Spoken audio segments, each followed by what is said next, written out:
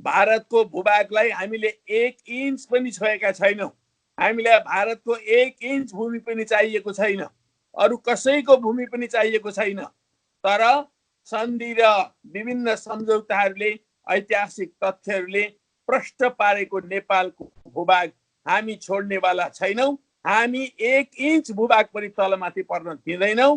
त्यसको निम्ति हामी दृढ प्रतिज्ञाका साथ लड्दैछौँ, लडिरहनेछौँ र नेपालको राष्ट्रिय हितमा हामी निरन्तर काममा लागिरहनेछौँ। कालापानी क्षेत्र भन्नुहोस्, लिपु क्षेत्र भन्नुहोस्, यो सबै त्यसको पूर्वपट्टि पर्ने नेपालका अखण्ड भूभागहरू हुन्। त्यसमाथि नेपालको सार्वभौम सत्ता छ। त्यो सार्वभौम सत्तामाथि अतिक्रमण भएको छ अहिले भारतबाट, र त्यसमाथि नेपाललाई सोध्दै नसोधिकन त्यस्तो ढङ्गका जुन क्रियाकलापहरू छिमेकीहरूबाट भएका छन्, यो अतिक्रमण हो। वास्तवमा यो निन्दनीय कुरा हो। यो चाहिँ नि कसैले पनि यसलाई समर्थन गर्न सक्दैन। भारतले यस्ता कुराहरूलाई तुरुन्त बन्द गर्न र यसलाई सच्याउनको लागि हामी आग्रह गर्छौँ।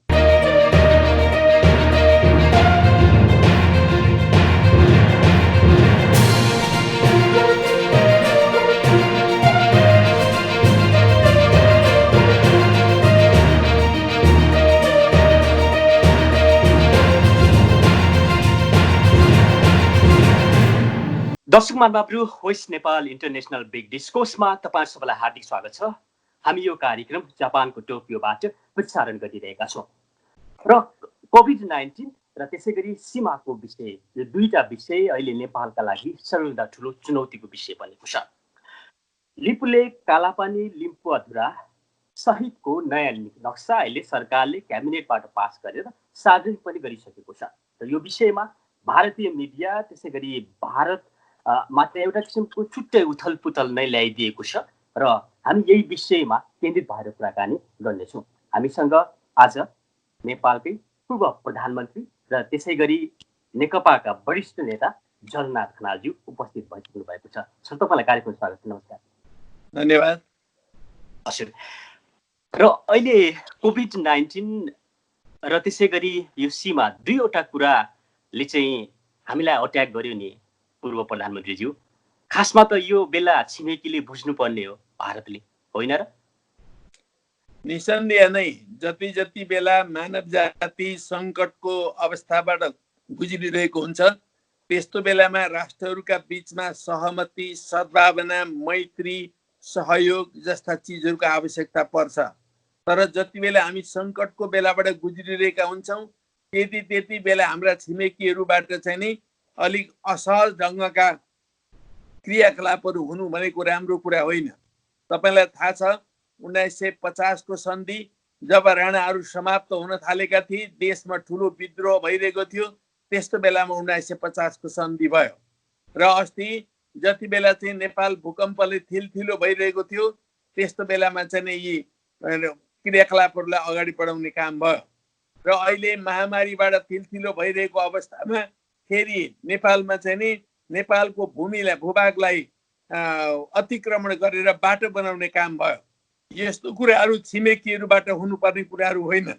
छिमेकीहरूबाट कसैले पनि यस्तो अपेक्षा गर्दैन। तर यस्तो भइरहेको छ, यो एउटा यथार्थ हो र यो समस्यालाई समाधान गर्नुको कुनै विकल्प छैन। यसलाई समाधान गर्दै हामी महामारीका विरुद्ध लडिरहेका छौँ। ओके, सम्माननीय पूर्व प्रधानमन्त्रीज्यू, शुक्रबारकै दिन भारतीय रक्षा मन्त्री राजनाथ सिंहज्यूले जुन लिपुलेक हुँदै मानसरोवर जाने जो बाटो छ, त्यो हाम्रो जमिनमा छ, हाम्रो भूभागमा छ, होइन? भारतबाट त्यो एउटा किसिमको अनलाइन थ्रुबाट त्यसको उद्घाटन पनि गरियो। यो त नेपालको स्वाभिमानमाथि प्रहार होइन? निश्चय पनि। हाम्रो देशको सिमाना भनेको खास गरी पश्चिमोत्तरको सिमाना सुगौली सन्धिद्वारा निर्धारित हुन्छ। 1816 मा ब्रिटिस इन्डियासँग नेपालको त्यति बेला भएको 2 वर्षको लामो युद्धपछि हामीले सुगौली सन्धि गरेका थियौँ।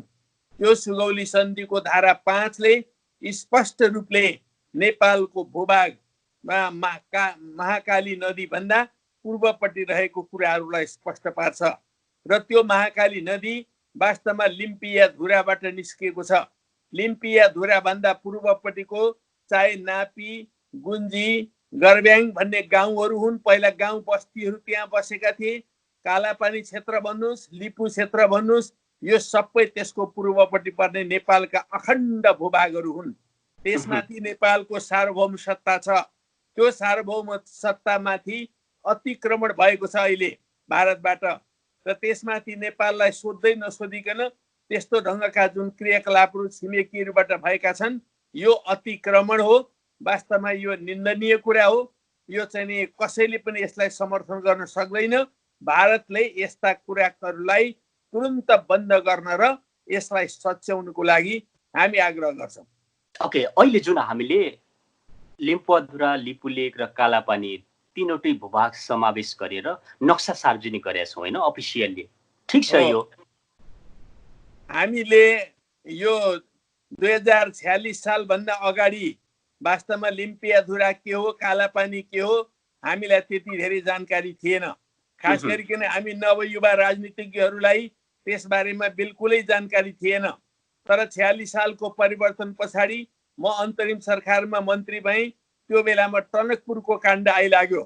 त्यो टनकपुरको काण्ड आइलागेपछि टनकपुरमा भारतले मिचेर जुन हाम्रो भूभागमा चाहिँ लेफ्ट एफ्लक्स ब्लोन बनाउन कोसिस गर्यो, त्यस पछाडि वास्तवमा समस्या खडा भएर मैले महाकालीको बारेमा गम्भीर रूपले अध्ययन गरेँ। त्यो अध्ययन गर्ने सिलसिलामा महाकाली नदी कहाँदेखि कहाँसम्म छ भनेर यसको स्रोत खोज्दै जाँदा लिम्पियाधुरासम्म रहेछ। त्यसकारणले लिम्पियाधुरासम्म नै हाम्रो सीमा बिन्दु हो, हाम्रो ट्राई जङ्सन पोइन्ट हो। त्यहाँदेखि यताका सम्पूर्ण भूभागहरू नेपालका हुन् भनेर हामीले भन्दै आयौँ। तर यी कुरालाई नक्सामा अङ्कित गर्न सकिएको थिएन। नेपाली जनताले लामो समयदेखि यो माग गर्दै आए। हाम्रो पार्टी, गौरवमय पार्टी नेकपाले यो कुरा माग गर्दै आयो। तपाईँलाई थाहा छ, अलिक केही समय अगाडि हाम्रो पार्टीको केन्द्रीय कमिटीको बैठकले तुरुन्त नक्सा जारी गर, लिम्पियाधुरासम्म हाम्रो भूभाग हो भन्ने कुरा घोषणा गर भन्ने कुरा निर्णय गरेको थियो। त्यो निर्णयको साथसाथै देशका बुद्धिजीवी विशेषज्ञहरूले पनि माग गरिरहेका थिए। संसदको समितिले पनि माग गरिरहेको थियो। त्यसको साथसाथै हामी ज्येष्ठ 2 गते बसेको सचिवालयको बैठकमा हामी 4-5 जना साथीहरूले, कमरेड प्रचण्डले, कमरेड झलनाथ खनालले, कमरेड माधव कुमार नेपालले, कमरेड वामदेव गौतमले, कमरेड नारायण काजी श्रेष्ठले सामूहिक रूपले यो भूभागलाई नेपालको अङ्कित गरिनुपर्छ र नयाँ नक्सा जारी गर्नुपर्छ भनेर हामीले आवाज उठायौँ, हामीले प्रस्ताव गर्यौँ। त्यो कुरालाई प्रधानमन्त्रीले मान्नुभयो र प्रधानमन्त्रीले त्यहीँबाट फोन गरेर आफूले बनाइरहेको नीति कार्यक्रममा यो कुरा समावेश गर्न भन्नुभयो। त्यस पछाडि बल्ल यो नक्सा प्रकाशित भएको छ। त्यसकारणले यो नक्सा प्रकाशित गर्ने कुराहरूमा सम्पूर्ण नेपाली जनताको भावना प्रतिबिम्बित भएको छ। नेकपाको भावना प्रतिबिम्बित भएको छ। नेकपाले यसमा महत्त्वपूर्ण भूमिका निर्वाह गरेको छ। ओके, सम्माननीय पूर्व प्रधानमन्त्रीज्यू, जस्तो 2019मा भारतले पोलिटिकल म्याप सार्वजनिक गर्यो, राइट? र त्यसपछि पटक पटक हाम्रो दुई देश बीचको सचिव स्तरीय मिटिङ पनि भयो र भारतले आधिकारिक कुनै पनि रेस्पोन्स दिएन र त्यो बेला हामीले विरोध गर्यौँ होइन, ठिक छ। र अहिले नेपालले पोलिटिकल म्याप सार्वजनिक गर्दा भारतलाई सोध्नु पर्ने रे, भारतले हामीलाई सोधेन, हाम्रो भूभाग चाहिँ मिच्यो, हाम्रो भूभागलाई चाहिँ आफ्नो भूभाग भन्दैछ भनेर अहिले नेसनल मिडियामा त्यही पुगिरहेको छ भारतमा। कसले रोक्ने? अब बिग मिस्टेक भइरहेछ हो। घटनाक्रमहरू कसरी घटिरहेका छन् भने विगत नोभेम्बरमा भारतले नेपालको भूभागलाई समेत अतिक्रमण गरेर नक्सा प्रकाशित गर्यो। त्यसको हामीले गम्भीर रूपले आपत्ति गर्यौँ, विरोध गर्यौँ। यो नेपालको भूभागलाई भारतले यसरी गाभ्नु हुँदैन भनेर। तर अहिले हामीले जुन नक्सा प्रकाशित गरेका छौँ, हाम्रो भूभाग, हाम्रो अखण्ड भूभाग, हाम्रो अविच्छिन्न भूभागलाई समेटेर हामीले गरेका छौँ। भारतको भूभागलाई हामीले 1 इन्च पनि छोएका छैनौँ। हामीलाई भारतको 1 इन्च भूमि पनि चाहिएको छैन, अरू कसैको भूमि पनि चाहिएको छैन। तर सन्धि र विभिन्न सम्झौताहरूले, ऐतिहासिक तथ्यहरूले प्रष्ट पारेको नेपालको भूभाग हामी छोड्नेवाला छैनौँ हामी 1 इन्च भूभाग पनि तलमाथि पर्न दिँदैनौँ। त्यसको निम्ति हामी दृढ प्रतिज्ञाका साथ लड्दैछौँ, लडिरहनेछौँ र नेपालको राष्ट्रिय हितमा हामी निरन्तर काममा लागिरहनेछौँ। ओके, जलनाथ खनालज्यू, यो म प्रश्न एउटा अर्को तेर्साउँदैछु। त्यो प्रश्नको जिम्मेवार व्यक्तित्व तपाईँ पनि हुनुहुन्छ, किनभने बिचमा तपाईँ पनि प्रधानमन्त्री हुनुभयो। 2005मा यो जुन रोड कन्स्ट्रक्सनको योजना भारतले सार्यो, राइट? र त्यसपछि 2008, 14 हुँदै 20मा त उद्घाटनै गयो भव्यताका साथ। बिचमा थाहा थिएन पूर्व प्रधानमन्त्रीज्यू, तपाईँ आफै पनि देशको नेतृत्व गरिसक्नु भएको व्यक्तित्व, त्यो बेला रोक्न निश्चय पनि यो बिचमा कतिपय, जस्तो म जति बेला प्रधानमन्त्री भएँ मेरा सामु 2टा एजेन्डा प्रमुख थिए त्यति बेला। नेपाल एकदमै अस्थिर भएर अगाडि बढिरहेको थियो, तर 2टा एजेन्डा थिए। एउटा शान्ति प्रक्रियालाई स्थापित गर्ने र दोस्रो संविधान बनाउने। हामी अत्यन्त संवेदनशील क्षणबाट गुज्रिरहेका थियौँ। त्यति बेला हामीले सिमानाका विभिन्न सवालहरूमा गम्भीरतापूर्वक ध्यान दिने मौकै पाएनौँ। त्यो अवस्था थियो। तर लामो कालदेखि हामीले नै उठाएको विषय हो यो, हामीले नै अगाडि सारेको विषय हो। अझ भन्नुहुन्छ भने मैले टनकपुर काण्डदेखि मैले अगाडि सारेको विषय हो। नेपालको पश्चिमी सिमाना, पश्चिमोत्तर सिमाना भनेको महाकाली नदीको स्रोत अथवा लिम्पियाधुरा हो भन्ने कुरा मैले त्यति बेलादेखि नै अगाडि सार्दै आएको हुँ। त्यसो हुनाले हामी त्यो बेलामा नभ्याएको मात्रै हो, तर हाम्रो पार्टी निरन्तर यसमा लागेको छ। म लागेको छु र अहिले आएर धन्न कम्तीमा पनि हामीले हाम्रो भूभागलाई समेटेर एउटा नयाँ नक्सा प्रकाशित गर्यौं। अब सिङ्गो विश्व मानचित्रमा पनि नेपालको मानचित्र अलिकति बेग्लै भएको छ। हाम्रो नक्सा बेग्लै थियो। अब हाम्रो नक्सा भिन्न ढङ्गको आएपछि विश्व मानचित्रमा रहेका देशहरूको अवस्थामा पनि अलिकति परिवर्तन आएको छ। यसकारण यसमा हामी गर्व गर्छौँ, तर अझै हामीले हाम्रो भूभाग प्राप्त गरिसकेका छैनौँ। हामीले यसमा भारतसँग गम्भीर रूपले वार्ता गर्नुपर्ने आवश्यकता छ। हामी त्यो वार्तालाई अगाडि बढाउँछौँ र हाम्रो भूभाग फिर्ता लिन्छौँ। ओके, र म अहिले भारतको नेसनल मिडियाहरूलाई पनि फलो गरिरहेको छु। मैले हेरेँ त्यहाँ आर्टिकल पनि आएका छन्, विभिन्न दिग्गज व्यक्तित्वहरूले लेखेका छन् होइन। र त्यहाँ प्रस्तुत के छ भनेदेखि अहिले वर्तमान सरकारका प्रधानमन्त्री यो पार्टीभित्र कमजोर हुनुहुन्छ र कमरेड जलनाथ खनालज्यू, त्यसै गरी माधव कुमार प्रचण्डज्यू एक ठाउँमा आइसकेपछि उहाँको चेयर धरापमा छ र अहिले स्वाभिमानको नारा बोकेर यो नक्सा सार्वजनिक गरेर चाहिँ उहाँले आफ्नो कुर्सी जोगाउन खोज्दै हुनुहुन्छ र भारतको कठपुतली भएर अगाडि बढ्दैछ भन्ने कुरा अहिले भारत। यसलाई पूर्व प्रधानमन्त्रीज्यू, तपाईँ आफै पार्टीको एउटा वरिष्ठ नेता, जिम्मेवार पात्र हो। अहिले हाम्रो पार्टीको 2/3 बहुमतको सरकार छ। त्यो 2/3 बहुमतको सरकारलाई प्रतिनिधित्व गर्ने अथवा नेतृत्व गर्ने काम कमरेड केपी ओलीले गरिरहनु भएको छ। तर हरेक पटक सरकार र पार्टीका बीचमा जुन ढङ्गको आत्मीय सम्बन्ध हुनुपर्छ त्यो सम्बन्धलाई उहाँले अझै विकसित गर्न सकिरहनु भएको छैन। त्यसकारणले हामीले कतिपय बेलामा आलोचना गर्ने गरेका छौँ।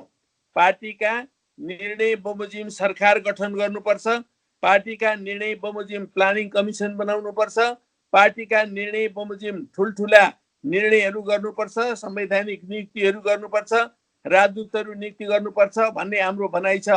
त्यो कुरामा उहाँले बढी मात्रामा एकलौटी गरेको हुनाले, मनपरी ढङ्गले गरेको हुनाले उहाँ आलोचनाको विषयमा पर्नु भएको छ। तर जतिसुकै भए पनि राष्ट्रको हितमा, देशको हितमा गरिने कुरा साझा कुराहरू हुन्छन्। हामीले लिम्पियाधुरादेखिको सम्पूर्ण भूभाग समेटेर नयाँ नक्सा बनाउने कुराहरू जुन गरेका छौँ त्यो हामी सबैको साझा कुरा हो। त्यसलाई उहाँले अन्त्यमा मानेर ल्याउनु भयो।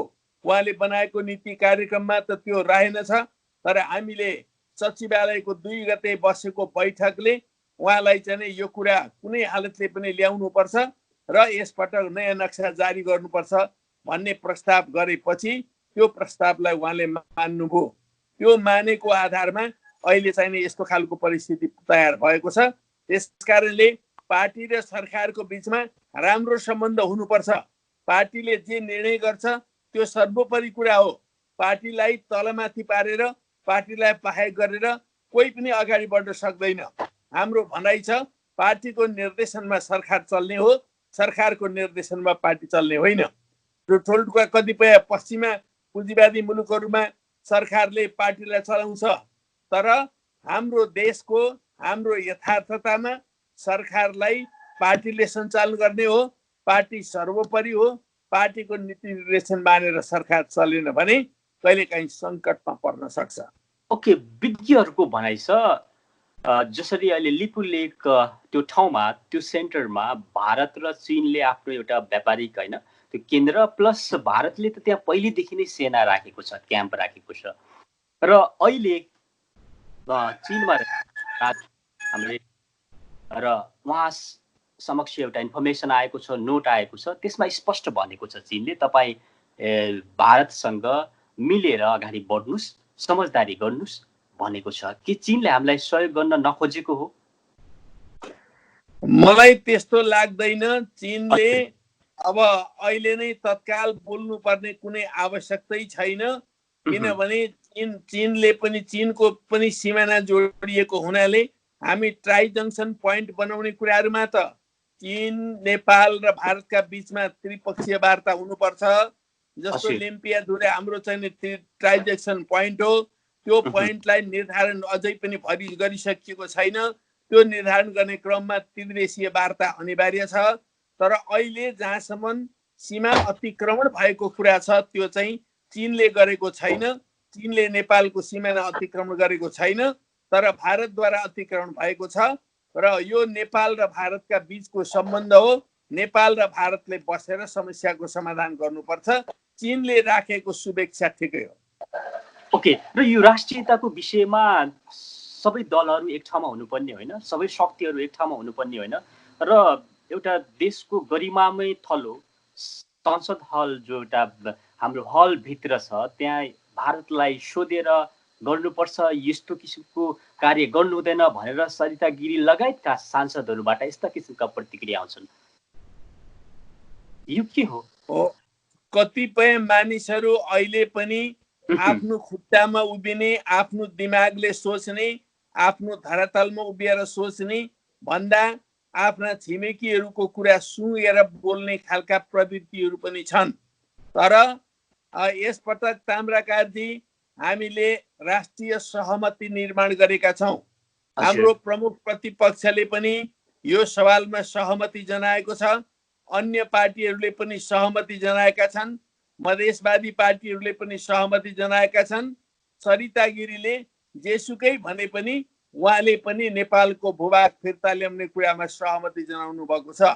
त्यसकारणले एउटा राष्ट्रिय सहमति अहिले निर्माण भएको छ।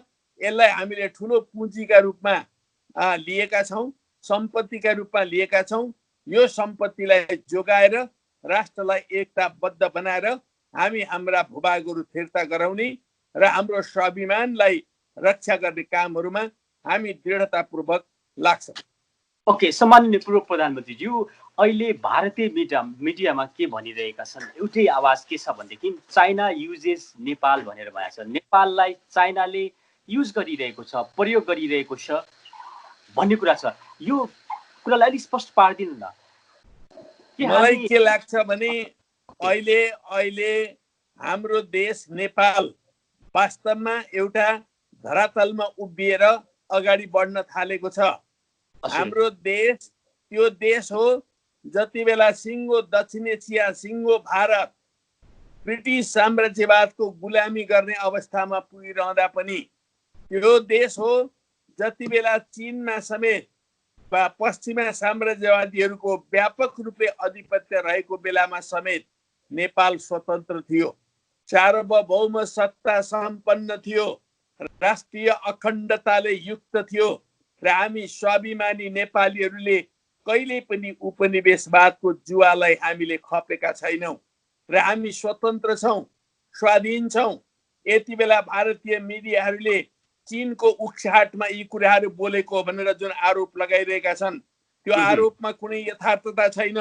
बरु मलाई के लाग्छ भने कतिपय इन्डियन मिडियाहरू, कतिपय इन्डियन अथोरिटीहरू कतै पश्चिमाहरूको उक्साहटमा लागेर यहाँ चीन विरोधी कुराहरू गरिरहेका त छैनन्? हामीलाई आशंका छ। त्यसो हुनाले त्यस्ता खालका अरू देशहरूबाट निर्देशित आशंकाका आधारमा होइन, हामी सम्पूर्ण भारतीय जनतालाई पनि आह्वान गर्न चाहन्छौँ, तपाईहरु यथार्थ अध्ययन गर्नुहोस्, सत्य अध्ययन गर्नुहोस्। सत्यमेव जयते तपाईहरु भन्नुहुन्छ, तपाईहरुको राष्ट्रिय प्रतीक चिन्हमा सत्यमेव जयते भन्ने लेखिएको छ। त्यो साँचो अर्थमा सत्यमेव जयते बोल्ने हो भने तपाईहरुले लिम्पिया धुरासम्मको नेपालको भूभागलाई अतिक्रमण गर्न मिल्दैन। र सुगौली सन्धि नै हाम्रा दुईटा देश बीचको, खास गरी ब्रिटिस इन्डिया र नेपालका बीचमा सहमति भएर बनेको सन्धि त्यो हो। त्यसबाट नै हाम्रो सिमाना बनेको अवस्था हो। त्यो भन्दा यता अर्को कुनै सन्धि भएको छैन। र त्यो भूभागमा लामो समयसम्म नेपालकै प्रशासन थियो। नेपालले जनगणना गरेको थियो। त्यहाँ नापी, गुन्जी र अरू गर्ब्याङ भन्ने गाउँहरू समेत बनेका थिए। ती गाउँहरूका मान्छेहरूले तिरेका कागज पत्रहरू हाम्रो देशसँग अहिले पनि छन्। त्यहाँ पहिला प्रहरी चौकी पनि थियो, त्यहाँ प्रहरी के अरे हेल्थ पोस्ट पनि थियो। ती सारा संरचनाहरू थिए। तर पछि गएर ती सबै कुराहरूलाई दलन मलन गरेर जसरी विदेशीहरू बस्ने अवस्था बन्यो, त्यो दुःखद कुरा हो। खास गरिकन 1952 मा नेपालमा मातृका प्रसाद कोइरालाको सरकार थियो। तपाईलाई थाहै छ। त्यो मातृका प्रसाद कोइरालाको सरकारले नेपालका उत्तरी भूभागमा भारतका सैनिक चेकपोस्ट लगेर राख्ने निर्णय गर्यो। त्यो अत्यन्त राष्ट्रघाती निर्णय थियो। त्यो राष्ट्रघाती निर्णयका 27 वटा चेकपोस्टहरू मध्ये एउटा चेकपोस्ट कालापानीमा पनि राखिएको थियो। ती अरू सबै चेकपोस्टहरू 2026 सालमा कीर्तिनिधि विष्टको प्रधानमन्त्रीत्व भएको बेलामा हटाइए। तर त्यो एउटा चेकपोस्ट त्यो ठाउँको हटाइएको रहेनछ र त्यो त्यही नै बसिरह्यो। त्यही कुरालाई 1952 को चीन र भारतका बीचको युद्धकालमा पनि त्यसलाई प्रयोग गरियो र त्यो युद्धपछि निरन्तर भारतीय मिलिट्री त्यो ठाउँमा बस्यो। त्यसलाई हटाउने काम भएन। त्यसो हुनाले अलि लामो अवधिदेखि कुनै देशले राम्रोसँगले आफ्नो रक्षा गर्न सकेन भनेर त्यो देशको भूभागलाई अतिक्रमण गर्न मिल्दैन। हामी नेपालीहरू जति बेलादेखि जागरुक भयौँ, जति बेलादेखि यो हाम्रो भूभाग हो भन्ने कुरा हामीले थाहा पायौँ, तथ्य र प्रमाणहरूले दिएको यो कुरा हामीले गरेका छौँ। हामी भारतको भूभागमा दाबी गरिरहेका छैनौँ, हामी हाम्रो भूभागको दाबी गरिरहेका छौँ। यो दाबी हामी जस्तो सुकै परिस्थितिमा पनि छोड्नेवाला छैनौँ। ओके, र दुईवटा कुरा अहिले नेपाल र नेपाल बाहिर पनि बडो गम्भीरताका साथ लिएको छ र विरोध पनि भइरहेको छ। जस्तो हाम्रो नेपालबाट प्रतिनिधिको रूपमा पूर्व मन्त्री मिनेन्द्र रिजालज्यू हुनुहुन्थ्यो र त्यसै गरी दुईजना के अरे पत्रकार मित्रहरू पनि हुनुहुन्थ्यो र त्यो प्यानलमा भारतको नेपाल चीनको कठपुतली भनेर यसरी उल्लेख पनि गरियो र प्लस अहिले मनिषा कोइरालामाथि पनि प्रहार भइरहेको छ। यी कुरालाई नेकपाले, वर्तमान सरकारले कुन रूपमा लिएको छ? किनभने यो त राष्ट्र र राष्ट्रियतासँग जोडिएका कुरा हुन्। हो, नेपालीहरू सबै एकताबद्ध हुन्छन्।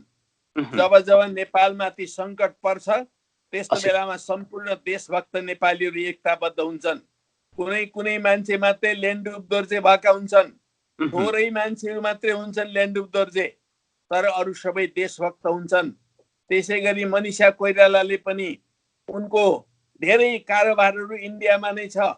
उनले इन्डियामा नै धेरै फिल्म खेलिन्। उनको आय आम्दानीको धेरै ठुलो स्रोत इन्डियामा नै हो। तर उनी नेपाली हुन्, नेपालकी छोरी हुन् र उनले नेपालमाथि यो सङ्कट परेको बेलामा उनले भनिन् कि नेपालको भूभाग समेत समेटिएको नक्सा प्रकाशित गर्दा मलाई गर्व लाग्छ भनेर उनले भनिन्। यो देशभक्तिको कुरा हो। अहिले मनिषामा जुन देशभक्ति देखियो त्यस्तै सबै नेपालीहरूमा अहिले देशभक्ति देखिएको छ। यो देशभक्तिको कारणले हामी एकताबद्ध भएका छौँ। हामी एकताबद्ध भएर लड्नुपर्छ। यसमा चीनको हात देख्नु नितान्त दृष्टिदोष बाहेक अरू केही पनि होइन। आग्रह र पूर्वाग्रह बाहेक अरू केही पनि होइन। बरु हामी के देख्न सक्छौँ भने कतिपय भारतका मिडियाहरू जसले यसमा चीनको हात देखिरहेका छन्, कतै पश्चिमाहरूको हात त त्यहाँ छैन, कतै उनीहरू पश्चिमाहरूको उक्साटमा चीन विरोधी कुरा त गरिरहेका छैनन्, चीनलाई घेर्ने कुराहरूको षड्यन्त्रमा त लागिरहेका छैनन्। हामीलाई यी कुराहरूमा आशंका छ। त्यसो हुनाले भारतका सम्पूर्ण बुद्धिजीवीहरू, देशभक्तहरू आदिहरूलाई पनि हामी आह्वान गर्न चाहन्छौँ कि तपाईँहरू गम्भीर रूपले तथ्यहरूको अध्ययन गर्नुहोस्, सुगौली सन्धिको अध्ययन गर्नुहोस्, ब्रिटिस इन्डिया र नेपालसँगका सम्बन्धहरूको अध्ययन गर्नुहोस् र वास्तवमा सुगौली सन्धि भनेको के हो, त्यो सुगौली सन्धि कहाँदेखि कहाँसम्म महाकाली नदी भन्ने त्यसले परिभाषित गरेको छ, त्यो कुरालाई अध्ययन गर्नुहोस्। त्यसको आधारमा नेपालको सिमाना यो रहेछ भनेर बुझ्न सकिन्छ। त्यसो हुनाले अध्ययन नै नगरिकन हौवाको आधारमा तपाईँहरू नगर्नुहोस्। कागले कान लग्यो भन्दा कागका पछाडि दौडने होइन, कान छाम्नुहोस्, अनि मात्रै यथार्थमा हामी उभिएर बोल्न सक्छौँ। ओके, अहिलेको जुन सार्वजनिक गरिएको नीति तथा कार्यक्रम छ यो माथि पनि शङ्का जाहेर गर्नुभएको छ तपाईँ लगायत प्रचण्डज्यूहरूले, के कार्यान्वयन हुनै सक्दैन भनेर भन्न खोज्नु भएको हो? किनकि त्यो भित्र फेरि यो सिमानाको कुरा पनि छ। किनभने म्याप सार्वजनिक गर्ने कुरा भइसक्यो, कार्यान्वयन भयो, ओके, अब जमिनै फिर्ता लिनुपर्छ, हाम्रो भूभागै फिर्ता लिनुपर्छ भन्ने किसिमको पनि छ नि त त्यो त्यसमा चाहिँ नीति तथा कार्यक्रममा। नीति र कार्यक्रममा हामीले जे भनेका थियौँ हाम्रो भूभागको बारेमा र हाम्रो नक्साको बारेमा त्यही कुरो आएको छ। त्यसकारणले नीति र कार्यक्रममा आएको यो कुरालाई हामी दृढतापूर्वक समर्थन गर्छौँ।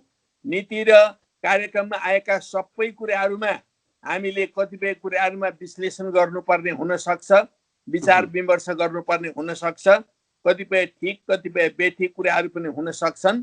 तर चाहिँ आम रूपमा यो नीति कार्यक्रम ठिक छ।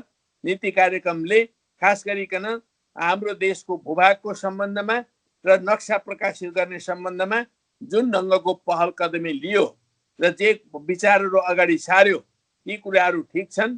त्यसले देशलाई खुसी बनाएको छ, मुलुकलाई खुसी बनाएको छ, नेपाली जनतालाई खुसी बनाएको छ। ओके, पूर्व प्रधानमन्त्रीज्यू, पार्टीभित्रको विवाद अन्त्य भएको हो? अब पार्टीभित्रको विवाद अन्त्य होइन। हाम्रो पार्टी एउटा चाहिँ अत्यन्त समुन्नत पार्टी हो र यो समुन्नत पार्टीले विचारको क्षेत्रमा, दर्शनको क्षेत्रमा, नीतिको क्षेत्रमा, सिद्धान्तको क्षेत्रमा, कार्यदिशाको क्षेत्रमा कसरी समाजवादमा जाने, अब हामी समाजवादको बाटोतर्फ जान कोसिस गरिरहेका छौँ। तर समाजवादमा जाने बाटो के हो, त्यो बाटोको सन्दर्भमा, त्यसका रणनीतिको सन्दर्भमा, त्यसका नीतिका सन्दर्भमा हामी व्यापक रूपले बहस गर्छौँ। पार्टीभित्र अन्तरसङ्घर्षहरू चल्छन्, अन्तरसङ्घर्ष, अन्तर्बहस, अन्तरसंवाद यी कुराहरू हाम्रो पार्टीमा चलिरहेका छन्। यो पार्टी एउटा गतिशील पार्टी हो। चुपचाप एउटा नेताले जे भन्छ त्यही कुरा गर्ने पार्टी भनेको बुर्जुवा पार्टीहरू हुन्। तर कम्युनिस्ट पार्टी गतिशील र विचारवान पार्टी भएको हुनाले स्वाभाविकले हाम्रो बिचमा बहसहरू चलिरहन्छ। अहिले पनि हामी बहसमा छौँ, छलफलमा छौँ। कमरेड केपी ओलीले जे भन्नुहुन्छ त्यही कुरा सबैले मान्छन् भन्ने छैन। कमरेड केपी ओली एउटा नेता मात्रै हो। हाम्रो केन्द्रीय कमिटीमा दर्जनौं सयौं नेताहरू छन्। हाम्रो स्थायी समितिमा त्यस्तै नेताहरू छन् र हाम्रो चाहिँ सचिवालयमा पनि हामी 9 जना छौँ। त्यसो हुनाले सामूहिक नेतृत्वका आधारमा चल्नुपर्छ। एउटा व्यक्तिको आधारमा चल्ने कुरा त हिजोको राजतन्त्रको कुरा हो। राजतन्त्रात्मक युगमा एउटा व्यक्तिको आधारमा चलिन्थ्यो। तर अहिलेको युग लोकतान्त्रिक गणतन्त्रको युग हो। यो युगमा सामूहिक ढङ्गले चलिन्छ, सामूहिक नेतृत्वका आधारमा अगाडि बढिन्छ। हामी सबैको भूमिका र योगदानका आधारमा देश अगाडि बढ्छ। ओके, संसदमा प्रधानमन्त्रीज्यूले अहिले बाहिरबाट हामीहरू ल्याउन सक्दैनौँ, हामीसँग त्यो ठुलो क्षमता छैन भन्ने किसिमको चाहिँ भाव दर्शिन्छ, त्यहाँ देखिन्छ। र युवाहरू एकदम तनावमा छन्, अल्पत्र अवस्थामा छन् र भारतबाट धेरै मेसेजहरू कस्तो पनि आइरहेको छ भने नेपालबाट जसरी आक्रामक रूपले प्रस्तुत भइरहनु भएको छ यो सिमानाको विषयमा, त्यति नै हामीलाई पनि यहाँ डर भइरहेछ। हामी नेपाल जान चाहन्छौँ भन्नेहरूको ठुलो जमात छ। तत्काल ल्याउन सकिँदैन? पूर्व प्रधानमन्त्री अहिले कोरोनाको जुन समस्या देखा परेको छ, नेपाल पनि आक्रान्त छ, भारत पनि आक्रान्त छ। भारतीय जनता पनि आक्रान्त छन्। यस्तो अवस्थामा कुनै पनि देशमा अलपत्रमा परेका मान्छेहरूलाई, दैनिक ज्यालादारी गर्ने श्रमिकहरूलाई हामीले सेवा गर्नुपर्ने हुन्छ। कुनै पनि राज्यले सेवा गर्नुपर्ने हुन्छ। भारतबाट होस् अथवा अन्य देशबाट होस्, विभिन्न नेपालीहरू जो काम गरिरहनु भएको छ, उहाँहरू त्यो देशमा सङ्कटमा परेर, अप्ठ्यारोमा परेर नेपालतिर फर्किन चाहनुहुन्छ भने नेपालले व्यवस्थित रूपले ती मान्छेहरूलाई ल्याउनु पर्छ। त्यस्तो योजना बनाउनु पर्छ। हामीले सरकारलाई पनि त्यही कुरा भनिरहेका छौँ। सरकारले पनि त्यो कुरा गर्न बाध्य हुन्छ र यसरी ल्याउने कुराहरूमा कुनै आपत्तिको कुरा छैन। तर अहिले कस्तो अवस्था छ भने नेपाल र भारतको सिमाना खुला छ। यो खुला सिमाना भएको हुनाले कतिपय नेपालीहरूलाई उताबाट ट्रेनबाट ल्याएर चाहिँ नि बोर्डरमा छोडिदिने अनि बोर्डरबाट अव्यवस्थित रूपमा नेपालमा प्रवेश गर्ने कुराले नेपालमा कोरोना फैलिरहेको छ र उनीहरूलाई क्वारेन्टाइनमा राखेर जाँचबुझ गरेर टेस्ट गरेर मात्रै ल्याउनु पर्ने अवस्था हो। तर त्यसो गरेर ल्याउन सकिएको छैन, किनभने ठुलो सङ्ख्यामा आउने, लुकीछिपी पनि आउने अनि हाम्रो चाहिँ सिस्टमले नभ्याउने त्यस्तो खालको अवस्था भइरहेको छ र यसलाई व्यवस्थित रूपले आउने मान्छेहरूलाई आउन दिने, तर व्यवस्थित रूपले एउटा समय लाग्न सक्छ। त्यो समय लगाएर भए पनि लिएर आउने खालको कुराहरू चाहिँ मिलाउन हामी कोसिस गरिरहेका छौँ। ओके, हामी अन्तिममा छौँ र लिम्बुबुद्रा लिपुलेख कालापानी हाम्रो भूभागको पूर्व प्रधानमन्त्रीज्यू, हामीसँग दस्तावेजहरू छन्, हामी थुप्रै प्रमाणहरू छन्। यदि भारत सहमत भएन, फिर्ता दिएन भने हामीसँग रह्यो अन्तिम विकल्प अन्तर्राष्ट्रियकरण, अन्तर्राष्ट्रिय अदालतमा जाने। अन्तर्राष्ट्रिय गर्नु पर्ला नि अन्तिम अवस्थामा, के हो? हामीले अहिलेको अवस्थामा सबै राष्ट्रिय परिस्थिति, छिमेकसँगको परिस्थिति, अन्तर्राष्ट्रिय परिस्थिति, युएनको भूमिका, युएनमा परिरहेका अनेक अन्तर्राष्ट्रिय मुद्दाहरूको अवस्था, त्यसमा हामीले खेल्नुपर्ने भूमिका आदि जम्मै कुराहरूको बारेमा अध्ययन गरेर हामीले कदमहरू चाल्नुपर्ने हुन्छ। अहिले हामी प्राथमिक रूपमा कूटनीतिक कदमहरू चालिरहेका छौँ, राजनीतिक कदमहरू चालिरहेका छौँ। यिनै कदमहरूबाट सकेसम्म समस्याहरूको समाधान गर्ने कोसिस हामी गर्छौँ। भारतसँग मैत्रीपूर्ण वार्ताहरू हामी गर्न चाहन्छौँ। त्यो मैत्रीपूर्ण वार्ताहरूको मार्फत अब सबै तथ्यहरू राखेर त्यसका राजनैतिक तथ्यहरू, आर्थिक तथ्यहरू, सामाजिक तथ्यहरू, भौगोलिक तथ्यहरू, सीमा सम्बन्धी तथ्यहरू, के अरे यो चाहिँ नि नदीको बहाव सम्बन्धी तथ्यहरू, खास गरिकन हाइड्रोलोजी सम्बन्धी तथ्यहरू आदि कुराहरूको बारेमा हामी सम्पूर्ण कुराहरू राख्छौँ र वार्ता गर्छौँ। सकेसम्म त्यहाँबाट नै समस्याको समाधान गर्छौँ। त्यहाँबाट समस्या समाधान भएन भने स्वाभाविक रूपले हामीले चाल्न सकिने फर्दर कदमहरूको ढोका खुला छ। त्यो ढोका खुला रहनेछ।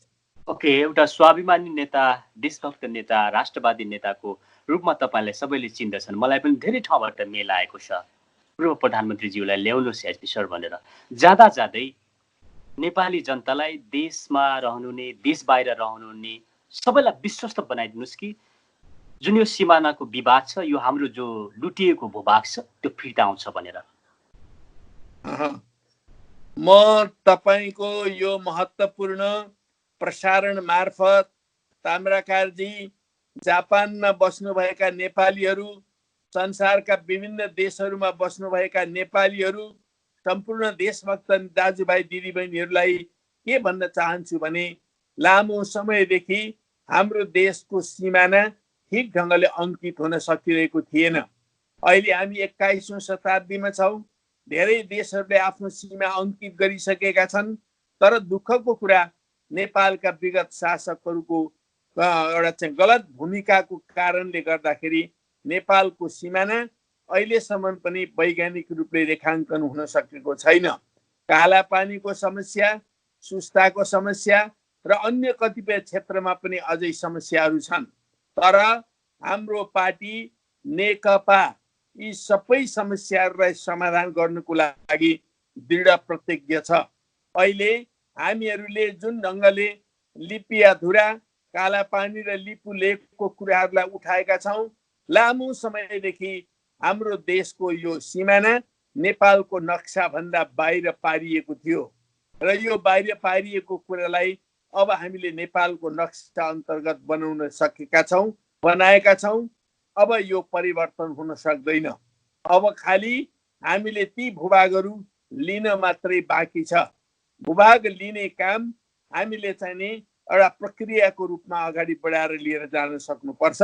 हामी त्यो गर्छौँ। भारतसँग कूटनीतिक वार्ता गर्छौँ, राजनीतिक वार्ता गर्छौँ। आवश्यक पर्ने कुनै पनि कदमहरू हामी चालेर नेपालको भूभाग लिन्छौँ। त्यसमा तपाईहरू जुन जुन देशहरूमा बस्नु भएको भए पनि यो प्रक्रियालाई दृढतापूर्वक समर्थन गर्नुहोस्। यो नेकपाले चालेको कदम हो, नेकपाको कदम हो। नेकपा वास्तवमा आफ्नो स्थापना कालदेखिकै एउटा देशभक्त पार्टी हो। हामी अहिले देशभक्तिको भावनालाई अगाडि बढाउन कोसिस गरिरहेका छौँ। सम्पूर्ण देशवासीहरूलाई आफ्नो देशप्रतिको माया, आफ्नो देशप्रतिको समर्पणलाई दृढतापूर्वक अगाडि बढाउन हामी कोसिस गरिरहेका छौँ। त्यसो हुनाले हाम्रा यी कोसिसहरूमा तपाईहरूको साथ, समर्थन अत्यन्त आवश्यक छ र हार्दिक रूपले सहयोग गर्नको लागि तथ्याङ्क अध्ययन गर्नमा सहयोग हुन सक्छ। तपाईले सुने जानेका कैयौँ तथ्याङ्कहरू हुन सक्छन्, ती कुराहरू दिएर हुन सक्छ। नेपालमै विशेषज्ञहरू पठाएर हुन सक्छ। यी क्षेत्रहरूको कालापानी सुस्ताको भ्रमण गरेर हुन सक्छ। अनेक हुन सक्छ। तपाईसँग ब्रिटिस लाइब्रेरीमा बसेर, ब्रिटिस लाइब्रेरीमा अझै पनि अनेक महत्त्वपूर्ण नक्साहरू छन्। अमेरिकन लाइब्रेरीमा पनि त्यस्ता महत्त्वपूर्ण नक्साहरू छन्। उहिलेदेखि नै हाम्रो देशका कतिपय तथ्याङ्कहरू विकसित देशका लाइब्रेरीमा लगेर थन्काइएका छन्। ती कुराहरूको अध्ययन गर्ने कुराहरूमा हुन सक्छ। यी विविध कुराहरूमा सहयोग गर्नुहोस् र नेपाललाई आफ्नो गन्तव्यमा पुग्न, आफ्नो स्वाभिमानको रक्षा गर्न, आफ्नो राष्ट्रियतालाई सुदृढ गर्न, आफ्नो देशको भूभागलाई आफूलाई समेटेर अगाडि बढ्न तपाईहरूले पनि हार्दिक आग्रह गर्नुहोस् भन्ने म मेरो एकदम विनम्र अनुरोध गर्न चाहन्छु। ओके, पूर्व प्रधानमन्त्रीज्यू आफ्नो महत्त्वपूर्ण समय दिनुभयो। तपाईँलाई धेरै धेरै धन्यवाद।